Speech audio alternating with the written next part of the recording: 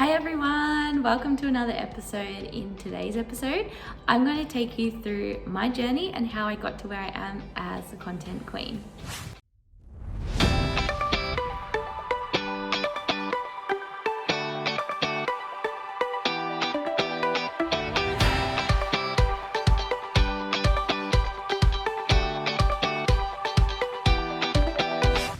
Hey everyone, my name is Mariah, founder of The Content Queen, and today, as I mentioned, I really want to take you guys through my journey to how I got to Content Queen and what happened along the way, because it wasn't always smooth sailing. So I always loved telling stories when I was younger. Like, show and tell was my thing. I loved it so much, and I've mentioned this before, how much I loved it. But I didn't always want to be a writer or a content creator, because obviously it was just like such a different thing when I was younger. But I did love telling stories on my computer. And I also loved arts and crafts. I had like this making box. I called it my making box. And in it was all this stuff that you could make things with, like super literal. And I always said to my dad, and like, disclaimer, my dad is like the most supportive man ever. So like, just take what he said as a grain of salt. But he said to me, I said, Dad, like, I really want to be an artist. And yeah, and I love art and crafts. And my dad said, you will be an artist, a bullshit artist. And obviously he was joking, and art actually is not my thing. I learned later in life that it was too tedious for me and I didn't love doing it. So in hindsight, I did become an artist. I did become a bullshit artist because I went into the world of PR, which for people that know, sometimes they call it, spin doctor, those kind of things. So in year 9, I kind of discovered journalism, and I really loved writing. So I wanted to be a journo. I had one of my really good friends who's now passed away. His name was Ryan, and he also wanted to be a radio journo. So we were going to do journalism together. And so I studied a lot of subjects, like a lot of English, and I wanted to live in Melbourne. Anyway, I obviously did my degree, and update to now. So, you know, in the last 3 years, I got my full-time job working in communications and public relations, and it made me, a better writer. It really helped me to where I am today. So that job, like that I'm still in now, really shaped, my journey. In 2017, I got told about an app called Fiverr, and I really want to earn some extra money for travel. So I jumped on the platform and started getting some jobs. I did mainly press releases on Fiverr, and I got my first job on Fiverr, and I asked him for his feedback, and it was, this was crap, in other words, which really took it out of me. So I took a bit of a break. I did a couple other jobs on Fiverr. Some people really liked my stuff, and obviously like press releases were what I was doing at my job, and like my boss never said they were crap. So I kind of like try to push it aside, but obviously we get limiting beliefs always when we're doing things. And so I just kind of took a break from it after a little while. And I remember it was like my birthday in the start of 2018.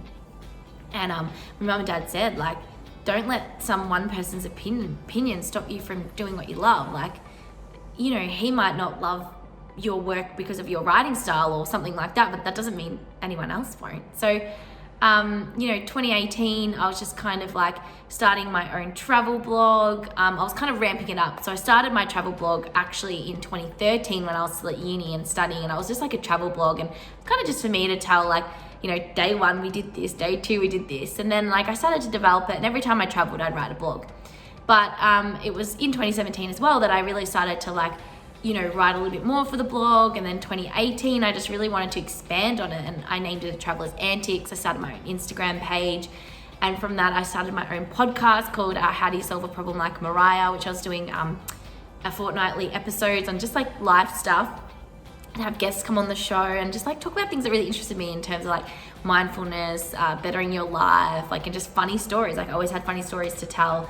Like I said, love telling stories. So I started this podcast. My blog was weekly, and I really wanted to monetize it because, as you know, I wanted to be a digital nomad, and I still will be. And it was really hard. You can't really, like, you have to be a really big influencer to monetize on those things. And I'll never forget, I went out drinking, and it was AFL Grand Final weekend, which in Australia, well, mainly in Melbourne, is massive. It's like one of the sports we play. We have a grand final, and it's that weekend. We get the Friday off, and I went out on the Friday for drinks. And I met like a whole group of people that I kind of had mutual friends with, and I was talking to one of them at the bar, and he was asking me like, you know, what I want to do, and I was telling him about my podcast and my blog and how I want to monetize it and I want to live in New York, but I'm just not sure how I'm going to get there yet. And he goes, you should check out Ruby Lee. I did some work with her, or he knew Ruby, and said she made 65,000 in 65 days of coming from side hustler to full-time hustler. She has her own side hustle. You should check her out. And oh my God, my life changed, as you know. Listened to Ruby's podcast, followed her on LinkedIn, and got so obsessed with her content.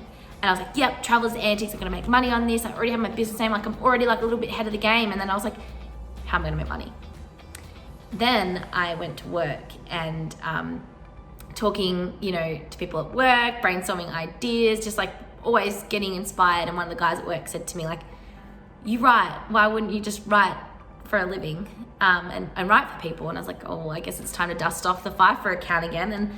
And it's amazing when you actually put energy into something, how much you get in return. So I put so much energy into my Fiverr, and the jobs just kept coming and coming and coming. I had so many people, so many clients on there, so many good reviews. And when I was listening to one of Ruby's podcasts, it's like, you know, name your business. I was like, okay, what am I gonna name it? And I was watching Broad City. I don't know if you've seen the show. It is so good. And I just like, I loved when they said, yes, queen. I messaged my friend and I said, what are your thoughts on Content Queen? And she wrote back, yes, queen. So that is where Content Queen came from. And this time last year, I just was like consumed in Content Queen. I was like, just got a reminder to say to repurchase my my business name. And so obviously, like I started doing that and buying my website, telling my employer, and I just like got so consumed in Content Queen. And that's kind of where I am now, I guess. And like some of the other things that I want to talk about in my journey is like I invested in Ruby as my coach. I went to Europe and trialed the laptop lifestyle, so that's how I knew like I wanted to be a digital nomad. Like obviously I learned the things that didn't work for me and the things that did, so maybe I'll do an episode on that. And like my miracle morning, I upped that. I started putting that into more of my life on a different level. I adapted the miracle equation, which was unwavering faith and extraordinary effort. My affirmation today is still, I will work full time for myself. I have unwavering faith, no matter what, there is no other option. And you know, here I am. And I'm just always growing and evolving. I scaled into content marketing when I struggled with my own social media, and I knew I like had to show up, and I just didn't have that strategy around it. So I really immersed myself in content marketing. But anyway, just to recap for everyone, is your journey is special because it's yours. Your story is amazing because it's yours. And think to yourself, if you had no fear today, what would you be doing? And that's an amazing thing that you can write down in your journal. That really helps. But if you need like motivation towards your goals, definitely follow me on Instagram. I'll put the handle below. I'm always like talking about motivation. But when you have a purpose and you know what you want to do, it's life changing. And one of the things that I really recommend is really thinking about what's your purpose. I have some amazing people in my group that can help you with that. So yeah, please message me if you're struggling with purpose, because I've got the right person for you. And it's not me. But finding my purpose, I listened to a podcast and thought about purpose, and I come up with this idea of informing and educating through my content, my writing, my business, and that's kind of where I formed that. But anyway, I just wanted to share my journey. You're going to see so much more of my journey along the course of this video series, but I just want to thank you so much for watching, and I will talk about my move next week because I'm doing it tomorrow. I'm filming this on the Friday. I'm moving tomorrow. Wish me luck, and I'll talk to you guys soon. Bye.